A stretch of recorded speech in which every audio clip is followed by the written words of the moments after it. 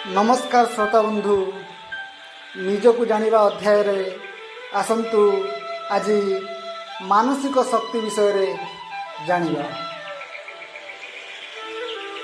निर्बल तथा सबल मनुष्य मध्यरे पार्थक्य इच्छा शक्ति द्वारा ज्ञात होई न थाए, किंतु मानसिक शक्ति द्वारा ज्ञात होई थाए, जहा द्वारा कि ज्ञानर परीक्षा होई थाए।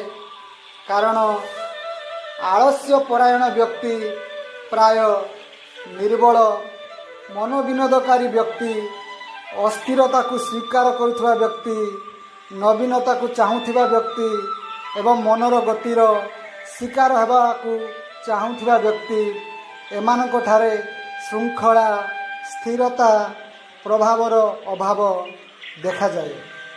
एमानक ठारे श्रृंखलित शक्तिर प्रभाव न थाए।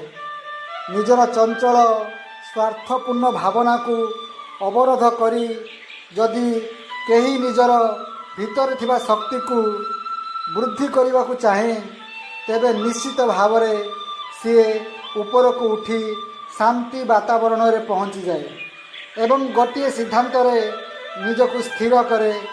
अटल सिद्धांतर आधार उपरे ही जीवन को परिचालना करिबा अपार शक्ति प्राप्त करिवार पुंजी अटे। बहु अन्वेषण करी कष्ट त्याग स्वीकार करी हृदय रे जेतेबेले ऐश्वरिक शक्तिर अनुभव हुए, तेबे जाई स्वर्गीय सुख लाभ होई थाए। जे एही स्वर्गीय सुख अनुभव करि थाए, सी एपट सेपट न होई निजर अंतरात्मा रे लीन होई जाए। जेतेबेले से निजर भाग्य मंदिर स्वयं निर्माता होता है। जो व्यक्ति उपरे स्वार्थ किंबा अहंकार अधिकार थाए एवं सत्यर आश्रय निए नहीं, सी निजर स्वार्थर क्षति घटिले ही निजर अभिमत को तुरंत बदलाई दिए।